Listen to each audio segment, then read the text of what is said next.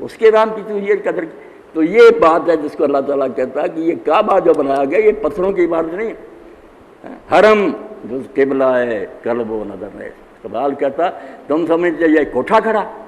یہ دل اور نظر کا قبلہ جو ہے نا، کہ دل کا کدھر دھیان ہر وقت رہنا چاہیے، تمہاری توجہ کدھر ہونی چاہیے، اس کے لیے ایک نشان مقرر کیا گیا۔ طواف ہے وہ طواف ہے بام و درنے، اس کے گرد اگر ہم گھومتے ہیں تو وہ چھتوں اور پتھروں کے گرد نہیں گھومتے، دل میں اللہ ہوتا۔ یہی بات امام محمد اسماعیل ایمانی کہتے ہیں،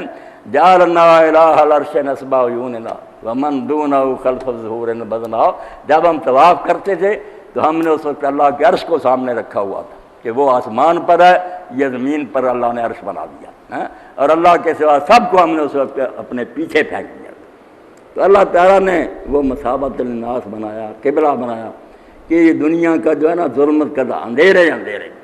بڑے بڑے دانشور بنے ہیں، مولوی بنے ہیں، پیر بنے ہیں، ایسے کرتے ہیں کہ اللہ تعالیٰ کو ملنا ہے بھائی جس طرح لوگوں کو ملنا ہو تو چھت پر چڑھنے کے لیے سیڑھی چاہیے،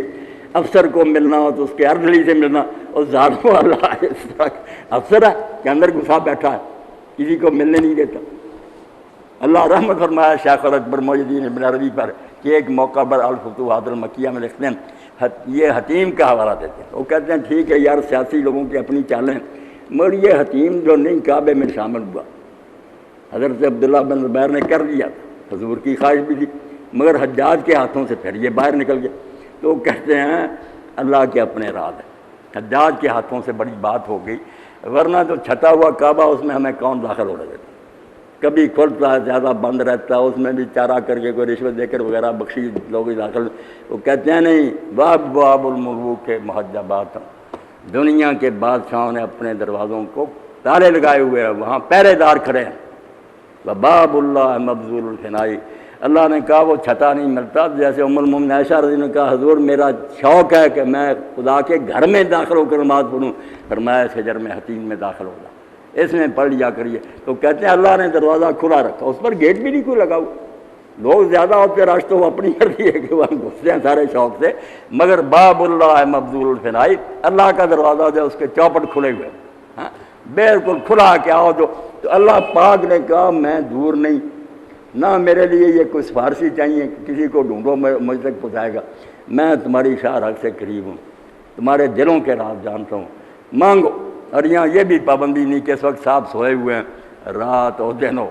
اجیب دعوت الداعی اذا دعان، کسی وقت تم پکارو مجھے، میں تمہاری پکار سنتا ہوں۔ تو یہ بیت اللہ کا حج اور عمرہ جو مقرر کیا، یہ یہی یاد دہانی ہے کہ لوگ بھول نہ جائیں، نصب العین نگاہوں سے ہٹ نہ جائے، جس طرف جانا ہے وہ گول سامنے رہے کہ ہماری زندگی کا رخ اللہ کی طرف ہے، اس راستے سے ہٹ نہ جائیں، جو کریں ہر کام میں مقصد یہی ہو کہ اللہ راضی ہو جائے، پھر زندگی کامیاب ہے۔ اور اس سے ہٹ کر ہم نے سارے جہان کی نیکیاں بھی کما لیں، اللہ نہیں راضی ہوگا۔ اسی لیے حدیث پاک میں فرمایا قیامت کے دن جب لوگ آئیں گے نیکیاں کی ہوں گی،